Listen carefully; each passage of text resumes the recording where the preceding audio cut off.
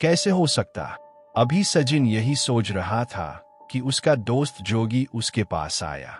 क्या बात है, बहुत परेशान नजर आ रहा है। कुछ नहीं यार, कुछ समझ नहीं आ रहा। मैंने तुझे जिस लड़की के बारे में बताया था, सुनैना नाम है उसका, वह मुझसे मिलने आने वाली थी, लेकिन मैं 4 दिन से हर दिन जाकर उसका इंतजार कर रहा हूँ। वह उस जगह मिलने आती ही नहीं, सचिन ने परेशान होकर कहा। जोगी बोला, अरे बस इतनी सी बात, उसके घर चला जा, हो सकता है कोई परेशानी हो या घर वालों को तेरे और उसके बारे में पता लग गया हो। इतना परेशान क्यों हो रहा है? सचिन ने अपनी परेशानी बताते हुए कहा, भाई यही तो परेशानी है।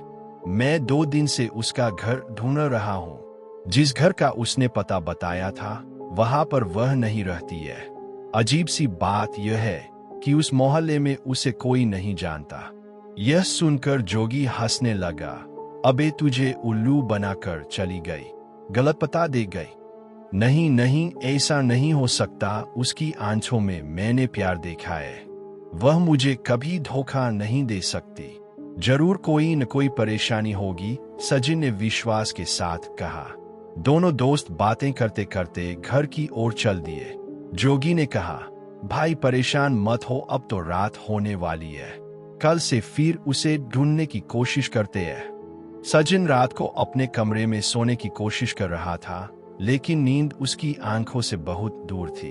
परेशानी में उसने सोचा कि कुछ देर छत पर घूम आता हूँ, फ्रेश हवा में मूड ठीक हो जाएगा। वह छत पर गया। चारों ओर गहरा सन्नाटा छाया हुआ था। तभी उसने ऊपर देखा, पानी की टंकी के पास उसे किसी का साया नजर आया। इतनी रात को कौन हो सकता है? यह सोचकर सचिन ध्यान से देखने लगा। अरे लगता है मेरा ही वहम है, कोई नहीं है वहां। सचिन पीछे मुड़ा और ग्रिल के पास जाकर खड़ा हो गया। अब उसके कानों में किसी के रोने की आवाज आ रही थी। कौन है वहां? कौन रो रहा है? घबराहट और गुस्से से सचिन ने चिल्लाकर कहा। फिर वह आवाज आना बंद हो गई।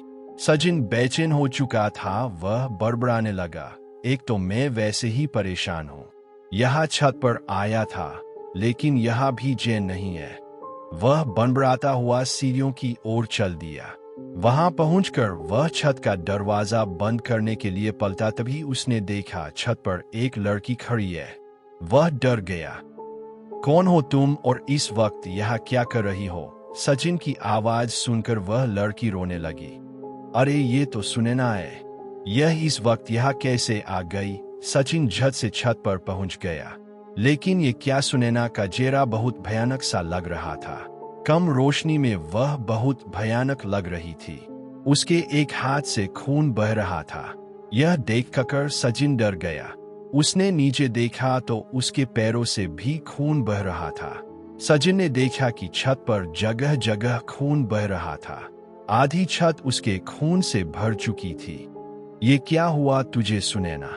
किसने किया यह सब? सचिन बिना कुछ सोचे समझे सुनैना से सवाल पूछ रहा था। सुनैना बस रो रही थी। सचिन उसकी ओर बढ़ा तो उसने कहा, रुक जाओ सचिन, मेरे पास मत आना, मैं तुमसे बहुत प्यार करती थी, लेकिन अब हम कभी नहीं मिल पाएंगे। मैं बस एक बार तुम्हें देखना चाहती थी। सुनैना की आंखों से आंसू बह रहे थे। सचिन ने पूछा, बस एक बार, ये सब कैसे हुआ सुनैना? मैं तुमसे बहुत प्यार करता हूँ, मुझे बताओ क्या हुआ तुम्हें? चलो मैं तुम्हें अस्पताल ले चलता हूँ, बहुत खून बह रहा है। सुनैना ने रोना बंद किया और बोली, सचिन मैं जा रही हूँ, मैं मर चुकी हूँ, अब तुम मेरे बारे में सोचना बंद कर दो।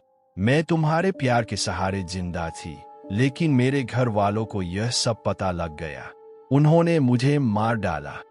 घक से सचिन वहीं खड़ा रह गया। उसके मुंह से एक शब्द भी नहीं निकल पा रहा था। उसकी आंखों से आंसू बह रहे थे। कुछ देर बाद वह बोला, बताओ सुनैना, यह सब किसने किया? मैं उसे जिंदा नहीं छोड़ूंगा।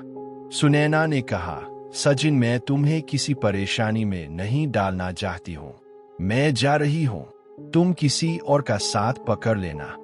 सचिन चिल्ला पड़ा, क्या कह रही हो सुनैना? मैं तुम्हारे अलावा किसी और के बारे में सोच भी नहीं सकता। मैं भी जीना नहीं चाहता, मैं भी मर जाना चाहता हूँ। सुनैना रो रही थी। सचिन बार बार उससे बात करने की कोशिश कर रहा था। कुछ देर बाद सुनैना ने कहा, अगर ऐसा है तो जाओ सचिन, छत से कूद जाओ, फिर तुम मेरे साथ आ जाओगे, हम साथ साथ रह सकेंगे।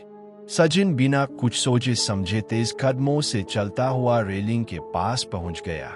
वह रेलिंग पर चढ़ने लगा। एक बार उसने पीछे मुड़कर देखा। सुनैना उसे देखकर हंस रही। सचिन ने वहीं से आवाज दी, रुको सुनना, मैं भी आ रहा हूं तुम्हारे पास। वह रेलिंग पर चढ़ गया। सचिन कूदने ही वाला था, तभी किसी ने उसके पैरों को कस के पकड़ लिया। तेज झटके के साथ एक आदमी ने सचिन को रेलिंग से नीचे खींच लिया। सचिन छत पर गिर गया। सचिन ने गुस्से कहा, अबे कौन है तू, कहां से बीच में आ गया? दोनों खड़े हुए तो देखा सामने जोगी खड़ा था। उसने सचिन के गाल पर जोर से चांटा जड़ दिया। मैं तेरी जान बचाने आया था, नहीं तो तू अभी उस चुड़ैल का शिकार बन चुका होता। सचिन ने देखा छत पर उसके माता पिता, उसका छोटा भाई सब खड़े थे। वह चिल्लाने लगा, सुनैना कहाँ हो तुम, मेरे पास आओ। जोगी ने उसका गिरेबान पकड़ा और लगभग धक्का देते हुए बोला, वो सुनैना नहीं रजिया थी, उसे मरे 15 साल हो गए हैं। उसके प्रेमी ने उसे धोखा दिया था, उसने उसका फायदा उठाकर उसे मार दिया। तब से वो इसी तरह सुंदर लड़कों को अपने जाल में फंसाती है और उन्हें आत्महत्या करने के लिए उकसाती है। नहीं, ये नहीं हो सकता, मेरी सुनना ऐसा नहीं कर सकती, तुझे कुछ गलतफहमी हुई है, सचिन ने जोगी से अपने आप को छुड़ाते हुए कहा। सचिन के पापा ने बीच में टोकते हुए कहा, सचिन यह तुम्हारा सच्चा दोस्त है, जिस लड़की के प्यार में तुम पागल हो रहे थे, ये उसका पता लगाने पहुंचा। बहुत खोज करने के बाद उसे यह सब पता लगा। यह ठीक कह रहा है, इतनी रात को यह यही सब बताने यह आया था। यह हमें नीचे सारी बातें बता रहा था। तभी तुम्हारे चिल्लाने की आवाज सुनकर हम छत पर आए तो देखा तुम अकेले बड़बड़ा रहे थे, फिर तुम कूदने चल दिए, तब इसने रोका। सचिन अपना सिर पकड़कर वहीं पास पड़ी एक कुर्सी पर बैठ गया। भाई मुझे माफ कर दे, मैं उसके प्यार में अंधा हो गया था, सचिन ने हाथ जोड़ते हुए कहा। जोगी ने उसे पकड़कर खड़ा किया और गले लगा लिया। चल नीचे, अब वो कभी नहीं आएगी तुझे परेशान करने। सचिन सबके साथ नीचे आने लगा, लेकिन यह क्या, उसके कानों में अब भी सुनैना के रोने की आवाज आ रही थी, जिसे अनदेखा करते हुए वह अपने परिवार के पास लौट गया था।